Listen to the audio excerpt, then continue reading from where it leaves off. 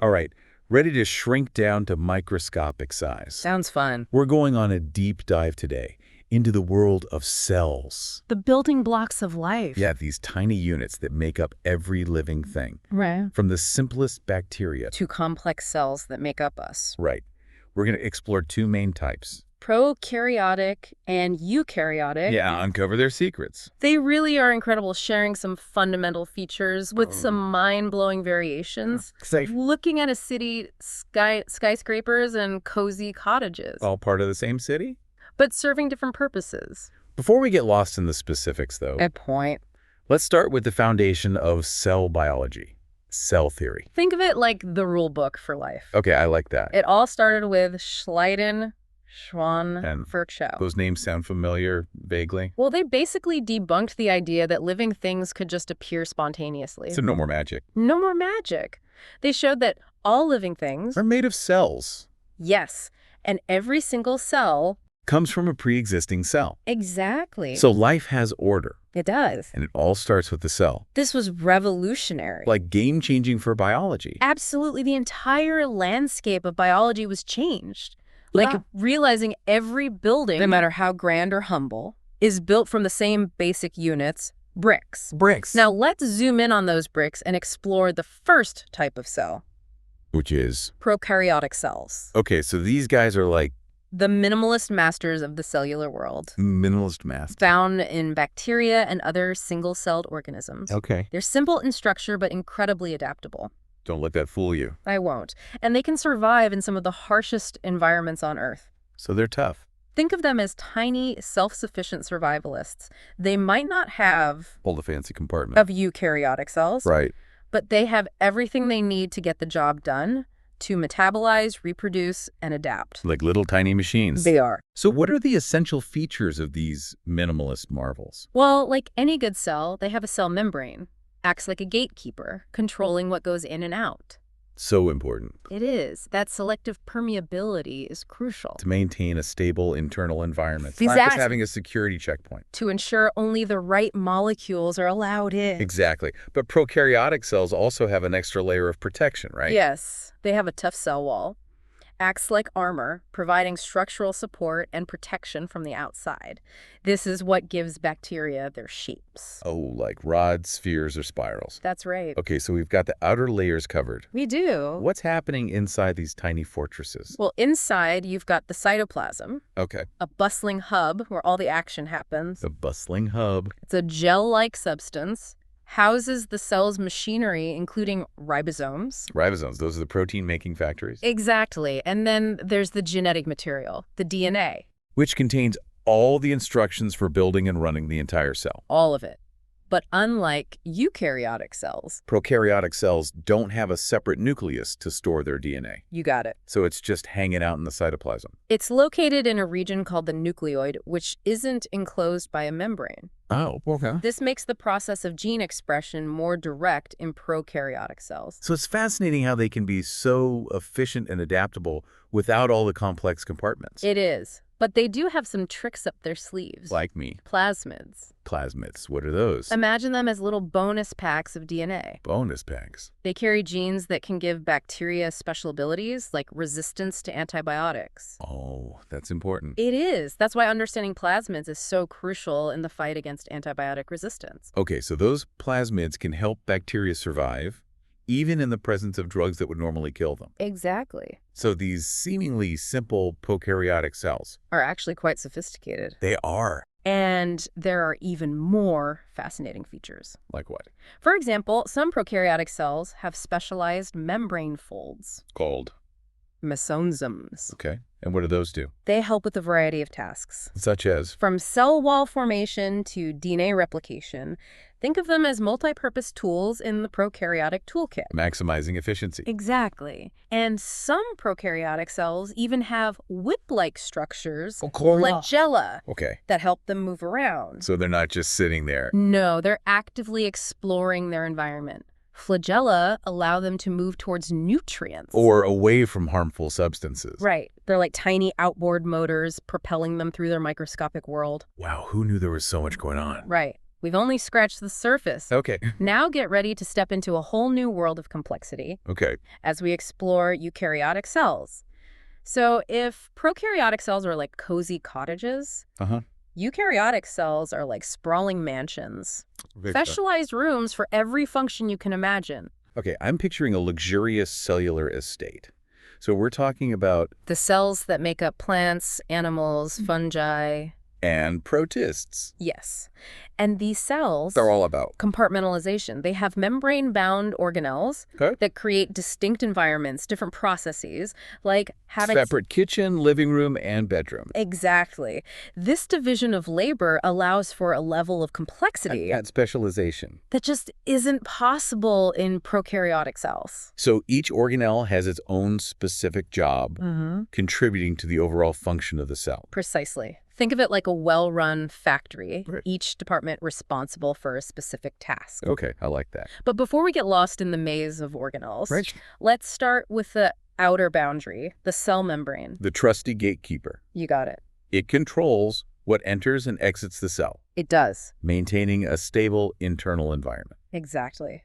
A remarkable structure. It is. A thin, flexible barrier that's both sturdy and adaptable. You know, like a high-tech security system. Right. It recognizes specific molecules And allows them to pass through. while keeping others out. So it's not just a passive wall It's actively involved in regulating the cell's interactions. with its surroundings. Yes. Now, in plant cells, Right. there's an extra layer of protection Yes. A rigid cell wall, made of cellulose. cellulose. Okay. This wall provides structural support, helping plants stand tall, and it withstands the elements. Like the exoskeleton of an insect. Provides strength and protection. Okay, so we've got the outer layers covered. Now let's step inside the eukaryotic mansion. To the heart of the cell, the nucleus. Ah, the nucleus. The control center.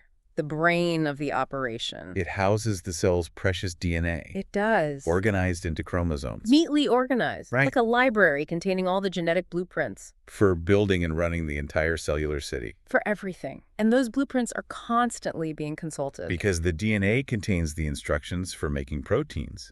Which carry out all the essential tasks of the cell. Exactly. So the nucleus is a busy place. It is. With genes constantly being transcribed into RNA. Uh-huh. Which carries those genetic instructions out to the protein-making factories. The ribosomes. So the nucleus is like the architect. Contrasting of plants. And the ribosomes are the construction workers, bringing those plans to life. A perfect analogy. I try. Now let's follow those blueprints out of the nucleus. Into the... Endoplasmic reticulum. Yes, or ER for short. The ER. It's a network of interconnected sacs and tubes. It is. Extending throughout the cytoplasm, like a labyrinthine highway system. Exactly. The ER is involved in transporting molecules. Building proteins. And synthesizing lipids, the fats and oils of the cell. Okay. It comes in two main varieties. Rough ER. And smooth ER. Right. So what makes them rough or smooth? Well, rough ER is studded with ribosomes, makes it look bumpy under a microscope. It's like a construction zone. Bustling with activity. Yes. Ribosomes churning out proteins destined for other parts of the cell or for secretion outside the cells. It's fresh off the ribosome assembly line. Exactly. Yeah. And the smooth ER, Which is lacking those ribosomes. is involved in lipid synthesis and detoxification. It's like the cell's metabolic workshop. Handling all sorts of chemical transformations. That's right. Okay, so we've got proteins being assembled in the rough ER and lipids being synthesized in the smooth ER. Yes. But where do they go next? That's where the Golgi apparatus comes in. Okay. It's the shipping and receiving department of the cell. The shipping and receiving department. Like a well-organized logistics hub. Modifying, sorting, and packaging proteins and lipids. For delivery to their final destinations. So the Golgi apparatus is like the post office of the cell. Making sure everything is properly addressed Yeah. and sent to the right place. Exactly. Now, sometimes Yes. those packages need to be broken down and recycled. Right, and that's where lysosomes come in. Lysosomes. The recycling centers. That's right. They're like tiny garbage disposals packed with enzymes. That break down waste materials, cellular debris, and even invading pathogens. Exactly. It's amazing how the cell has its own internal waste management system. It is. Now, cells need a place to store water Nutrients. and even waste products. Before they're recycled or expelled, that's where vacuoles come in. Vacuole. Yes. Membrane-bound sacs that can hold a variety of substances. In plant cells, Yes. vacuoles can be enormous, taking up most of the cell's volume. Really? And helping to maintain turgor pressure, which keeps the plant from wilting. So those giant vacuoles. They give plants their rigidity, help them stand upright. Like internal water balloons providing support and structure. Precisely. And in some organisms, like amoebas, Yeah. vacuoles play a role in osmoregulation, controlling the water balance of the cell. Wow, it's incredible how these seemingly simple structures can have such diverse and important roles. It is, isn't it? Yeah. Speaking of important roles, Yes. we can't forget about the mitochondria. Ah, the powerhouses of the cell. You got it. The sites of cellular respiration. Yes. Where energy from food is converted into a form that the cell can use. That's right. They're like tiny energy factories constantly churning out ATP. The cell's main energy currency. Exactly. Without mitochondria, our cells wouldn't have the energy to do all the amazing things they do. So they're essential for everything, from muscle contraction To nerve impulses. to cell division. That's right. And what's even more fascinating What's that? is that mitochondria have their own DNA. Wait, what? Their own DNA, separate from the DNA in the nucleus. That's right. Does that mean they were once independent organisms? That's the leading theory. Scientists believe that mitochondria were once free-living bacteria that were engulfed by ancient eukaryotic cells, a process called endosymbiosis. Wow. And over millions of years, they became an integral part of the eukaryotic cell, providing energy in exchange for a safe haven. It's like a cellular merger. That happened billions of years ago. And it's still benefiting us today. It is. Now, plant cells, Yes. they have another unique feature, What's that? plastids. These organelles are responsible for a variety of functions, but the most famous, Are chloroplasts. yes, the sites of photosynthesis, The process by which plants capture energy from sunlight and convert it into chemical energy. in the form of sugars. Exactly. Chloroplasts are like solar panels, containing chlorophyll, the pigment that gives plants their green color. And it enables them to harness the power of the sun. You got it. So chloroplasts are what make plants the ultimate energy producers, Absolutely. feeding themselves. And providing food for the entire planet. It's incredible. It is. And it's not just chloroplasts. Right. Plants also have chromoplasts, which store colorful pigment. Giving fruits and flowers their vibrant hues. Exactly. And leucoplasts store starch, oils, and proteins, So plant cells are like tiny biochemical factories. producing and storing all sorts of essential molecules. They are. Now let's shift our focus to the cytoskeleton. The cell's internal scaffolding. It's a network of protein fibers It is. that gives the cell its shape, provides structural support. And helps with movement. So it's like the framework that holds the entire cellular city together. Precisely. And it's not just a static structure. The cytoskeleton is constantly changing, Yeah, adapting. allowing the cell to move, divide, and change shape in response to its environment, It's like a dynamic network of roads and bridges. constantly being remodeled to meet the changing needs of the cell. I like that analogy. Now remember those whip-like structures called flagella? I do. Those tiny outboard motors that help prokaryotic cells move around? Yes. Well, some eukaryotic cells also have flagella, Uh-huh. as well as hair-like structures. Called cilia. Cilia, right, which can help propel the cell through its surroundings or move fluids past the cell. So they're like tiny oars, Or what? helping the cell navigate its microscopic world. That's right. And in some cells, like those lining our respiratory tract, cilia help to sweep away debris and mucus. Oh, interesting. And in sperm cells, flagella provide the powerful propulsion needed to reach the egg. It's amazing how those tiny structures can have such important roles. It is. And finally, we come to the centrosome. Okay. A small organelle plays a key role in cell division, Cell division, the process by which cells make more cells. ensuring the continuity of life. Right. The centrosome is like the choreographer of this cellular dance, organizing the microtubules that form the spindle fibers. Which help to separate the chromosomes during cell division. Yes. So the centrosome ensures that each daughter cell receives a complete set of chromosomes, That's right. carrying all the genetic information to create a new cell. It's a crucial step in ensuring the accurate transmission of genetic information from one generation of cells to the next. Wow, we've covered so much ground. It's incredible how much is happening inside these tiny units of life. It's a testament to the elegance and efficiency of biological systems. And we've only just begun to scratch the surface of what we know about cells. Yeah, it's mind-blowing to think about, for sure. Makes you appreciate the complexity of life at the smallest level. And even though we've talked about the different types of cells, there's still the question of how they work together to form tissues and organs. Right, it's like we've been focusing on individual players. But now we need to understand the team. Exactly, how they come together as a team. Yeah. Because cells, they don't exist in isolation. They don't, you're right. They communicate, they exchange signals. And they coordinate their activities to create this harmonious whole. That is a living organism. So it's like a cellular society. It is, with each cell playing its part. To keep the community functioning. A perfect analogy. And this communication, it happens through so many different mechanisms. Like what? Well, direct contact between cells, the release of signaling molecules, even electrical impulses. It's incredible to think about this all happening on a microscopic level.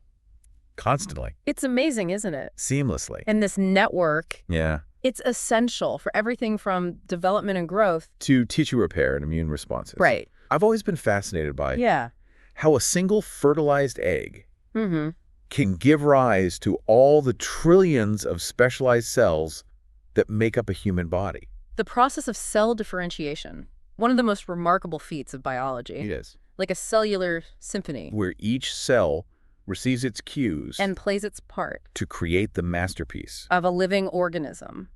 But how do cells know what type of cell to become? It's not like they have a career counselor. It's a combination of things, genetic and environmental factors. Okay. Certain genes are activated or silenced, guiding the cell's developmental fate. Right. And interactions with neighboring cells, hormones, they all play a role. So it's this cellular conversation where both nature and nurture contribute to the outcome. Exactly. This process of differentiation, it's crucial for the formation of tissues and organs. Ensuring we have the right types of cells. In the right place. Doing the right job. Exactly. It's amazing. It really is. It is.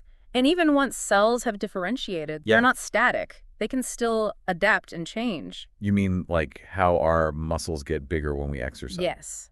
Or how skin cells regenerate after a cut. It's like they have a built-in survival instinct. They do. Constantly adjusting to maintain balance. That's so cool. And this adaptability, it's essential for our survival. It allows us to respond to stress, fight infections, repair damage. This highlights the resilience of life, even at the cellular level. It does. And this brings us to epigenetics, which explores how environmental factors can modify gene expression. Without changing the DNA sequence. Exactly. So it's not just about the genes we inherit, but how those genes are expressed, based on our experiences and our environment. That's right. Think of it like this. Our DNA is the hardware, and epigenetics is the software. That controls how the hardware is used. I like that analogy. So our lifestyle choices, our diet, stress levels, even exposure to toxins, can influence how our genes are expressed. Absolutely. Epigenetics is really changing how we understand how our environment shapes our health. Wow. Not just for us, but for future generations as well. It's possible.